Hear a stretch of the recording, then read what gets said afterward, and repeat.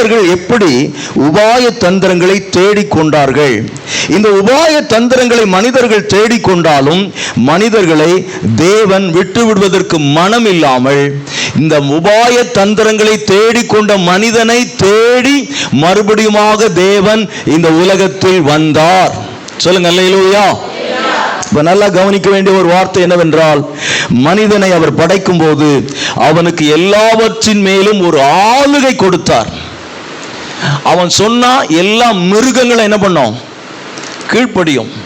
இன்னைக்கு ரோட்ல போற ஒரு நாயை நீங்க சொல்லி பாருங்க, அது நாம சொல்ற எந்த வார்த்தையும் அவர் என்ன பண்ணாது? கேட்காது. மிருகங்கள் மேல் ஆளுகை இருந்தது, இயற்கையின் மேல் ஆளுகை இருந்தது. ஆண்டவர் படைத்த எல்லா படைப்புகளையும் இந்த மனுக்குல மனிதன் ஆண்டு கொள்ள வேண்டும். அவனுக்கு எல்லாமே கீழே இருக்கணும். அப்படிப்பட்ட ஒரு அதிகாரத்தையும் ஆளுகையும் தேவன் கொடுத்திருந்தார். இவங்க தேடிக்கொண்ட உபாய தந்திரத்தின் நிமித்தமாக அதை எல்லாம் அவர்கள் இழந்து விட்டார்கள். நீங்க ஒரு வசனத்தை வாசித்து பாருங்க. சங்கீதங்களின் புஸ்தகம் 8ஆம் அதிகாரம், அதுல 4வது வசனம் 5வது வசனம் நீங்க வாசிங்கன்னா அங்க சங்கீதக்காரன் எப்படி சொல்றான் பாருங்க. மனுஷனை நீ நினைக்கிறதற்கும் விசாரிக்கிறதற்கும் நீர் அவனை தேவ தூதரிலும் சற்று சிறியவன் ஆக்கினீர், மகிமையினாலும். நல்லா கவனிங்க, மனிதனை ஆண்டவர் ரொம்ப சீப்பாகலாம் படைக்கல. படைத்த தேவன் அன்றைக்கே 2 காரியங்களால் முடிசூட்டினார். ஒன்று சொல்லுங்க மகிமை, இன்னொன்று கனம். இன்றைக்கு மனிதன் அற்பமா எண்ணப்படுகிறான், மனித உயிர்கள் அற்பமா எண்ணப்படுகிறது, மனிதர்கள் இன்றைக்கு அசட்டை பண்ணப்படுகிறார்கள்.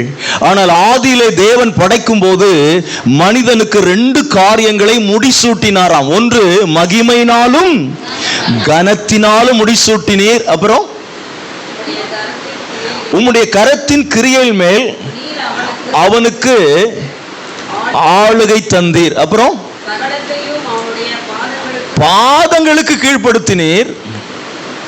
ஆனா இன்றைக்கு மனிதன் எப்படி இருக்கிறான்னா, பிசாசுக்கு கீழ்பட்டிருக்கிறான், பாவத்திற்கு கீழ்பட்டிருக்கிறான். இன்னைக்கு உலகத்தில் இருக்கிற மனிதன் ஒவ்வொருவரும் பலவிதமான காரியங்களுக்கு அடிமைப்பட்டிருக்கிறாங்க. ஆனா தேவன் மனிதனை உண்டாக்கின போது அவனுக்கு எல்லா ஆளுகையும் கொடுத்து அவனுக்கு கீழ்ப்படுத்தி வைத்திருந்தார். இன்றைக்கு எல்லாவற்றையும் கீழ்ப்படுத்த வேண்டிய மனுக்குலம் இன்னைக்கு பாத்தீங்கன்னா எல்லா பாவங்களுக்கும் அடிமைப்பட்டு எல்லா அசுத்தங்களுக்கும் கீழாக இருக்கிறது. மனிதன் அடிமையா இருக்கிறத நம்ம பார்க்கிறோம். பிரியமானவர்களே, இன்றைக்கு இந்த நிலை நமக்கு மாற வேண்டுமானால் கர்த்தர் எப்போதுமே நமக்காக காத்திருக்கிற ஒரு தெய்வம். எப்போதுமே நம் மனம் திரும்புதலை அவர் எதிர்பார்த்து நமக்காக காத்திருக்கிறார். நான் இன்னொரு காரியத்தை சொல்லி வசனத்துக்குள்ள போறேன். ஆண்டவர் ஒரு மனிதனை கூட வீணாய் உருவாக்கவில்லை. சொல்லுங்க, எப்படி உருவாக்கவில்லை? ஆமா, இந்த உலகத்தில் எத்தனையோ ஆடு இருக்கு, மாடு இருக்குது, எத்தனையோ மிருக ஜீவங்கள் இருக்குது. அதெல்லாம் தேவனால் அது சொல்லப்பட்டது, அது உலகத்துக்குள்ள வந்து கொண்டிருக்கிறது. அவைகளுக்கெல்லாம் ஒரு பெரிய நோக்கம் கிடையாது. ஆனால் மனிதனை மட்டும் தேவன் சிறப்பான நோக்கத்திற்காக உருவாக்கினார். நீங்க நல்லா தெரிஞ்சுக்கணும், எல்லா மனிதரையும் தேவன் ஒரு நோக்கத்தோடு தான் இந்த உலகத்தில் வச்சிருக்கிறார். எத்தனை பேர் ஆமென் சொல்லுவீங்க? எல்லாருக்கும் பின்னாடி ஒரு நோக்கம் இருக்கிறது. யாருமே தேவன் வீணா இந்த உலகத்தில் அனுப்பவில்லை. யாருமே இந்த பூமியில தற்காலிகமாக ஏதோ ஒரு நிகழ்ச்சி போல நாம இந்த உலகத்துல வரல. நம்மளை அனுப்பின தேவனுக்கு நம்மை குறித்து ஒரு நோக்கம் இருக்கிறது. இப்ப நான் ஒரு வார்த்தை சொல்றேன். அவர்களோ அநேக உபாய தந்திரங்களை என்ன பண்ணாங்களாம்? தேடிக்கொண்டார்கள். அதுக்கு என்ன விளக்கம் கொடுக்கிறதுனா, தேவன் எந்த நோக்கத்திற்காக ஒரு மனிதனை படைத்தாரோ, தேவன் எந்த நோக்கத்திற்காக ஒரு மனிதனை இந்த உலகத்தில் பிறக்க செய்தாரோ, அந்த நோக்கத்திலிருந்து ஒரு மனிதன் வழி விலகி போறான் பார்த்தீங்களா, அதுக்கு பேரு தான் உபாய தந்திரங்களை தேடிக்கொள்வது.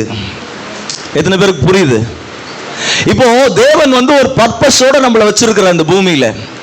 அது எனக்கு வேண்டாம், அந்த சித்தத்திற்கு நேராக என் வாழ்க்கையை நான் திருப்ப விரும்பவில்லை. எனக்கு ஒரு காரியம் தெரியுது, எனக்கு ஒன்று பிடித்திருக்கிறது, அதற்கு நேராய் நான் வாழ ஆரம்பித்தேன் என்றால் நான் அநேக உபாய தந்திரங்களை எனக்கு நான் என்ன பண்ணிக் கொள்ளுகிறேன், தேடிக்கொள்ளுகிறேன். நீங்க நன்றாக புரிந்து கொள்ள வேண்டும், தேவன் வைத்திருக்கிற நோக்கத்தில் இருந்து ஒரு மனிதன் விலகி போவதுதான் அவனுக்கு என்னவா மாறுதுன்னா கண்ணியா மாறுது. அதுதான் அவனுக்கு வலையா மாறுது. அதுதான் அவனுடைய வாழ்க்கைக்கு அழிவுக்கான வழியாக அது மாறுகிறது. நீங்க நன்றாக கவனிக்க வேண்டும், எல்லா மனிதர்களையும் தேவன் எந்த நிலைமையில் வைத்திருந்தாலும், எந்த இடத்தில் வைத்திருந்தாலும் அவர்களுக்கு என்று இந்த பூமியிலே ஒரு சிறப்பான நோக்கத்தோடு தான் வைத்திருக்கிறார்.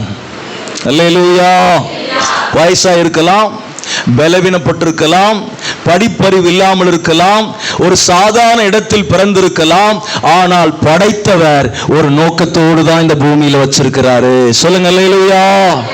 அந்த நோக்கத்தை என்றைக்கு நாம் அறிந்து அதற்கு நேராய் நாம் வாழ ஆரம்பிக்கிறோமோ அன்றைக்கு நம்முடைய வாழ்க்கையில் ஒரு சமாதானம் கிடைக்கும்.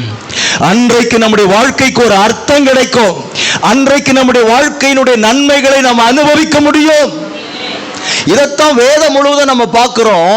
அவர்களோ அநேக உபாய தந்திரங்களை தேடிக்கொண்டார்கள். என்ன அர்த்தம் கேட்டீங்கன்னா, உபாய தந்திரம் என்பது ஒரு தீய நோக்கத்திற்காக செய்யப்படுகிற ஒரு சூழ்ச்சி, ஒரு திட்டம், ஒரு பிளான்.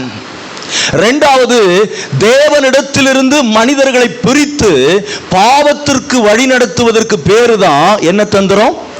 உபாய தந்திரம்.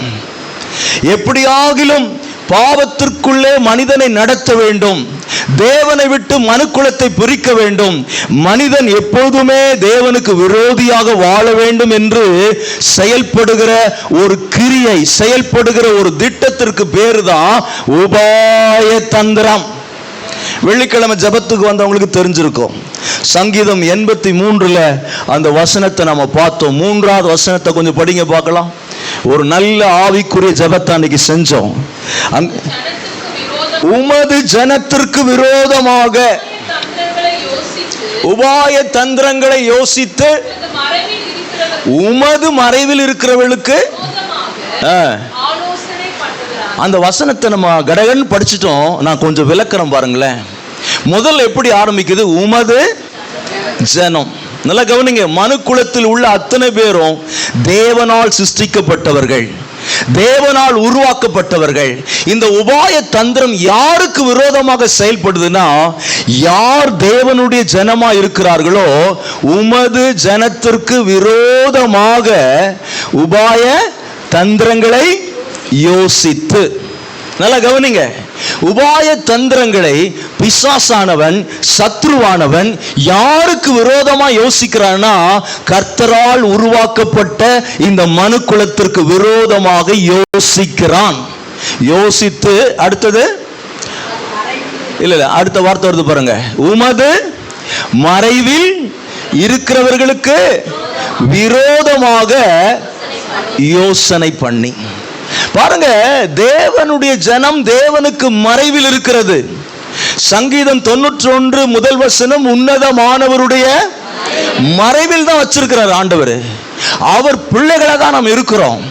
ஆனா உபாய தந்திரம் யாருக்கு விரோதமா இருக்கிறது என்றால், வசனம் சொல்லுது உமது ஜனத்திற்கு.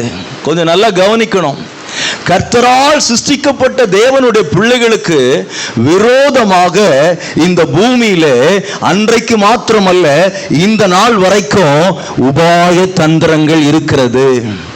பிசாசு யோசித்துக் கொண்டிருக்கிறான். இரண்டாவது, கர்த்தருடைய மறைவில் இருந்தால் கூட உங்களுக்கு விரோதமாக யோசிக்கக்கூடிய காரியங்கள் இருந்து கொண்டுதான் இருக்கிறது.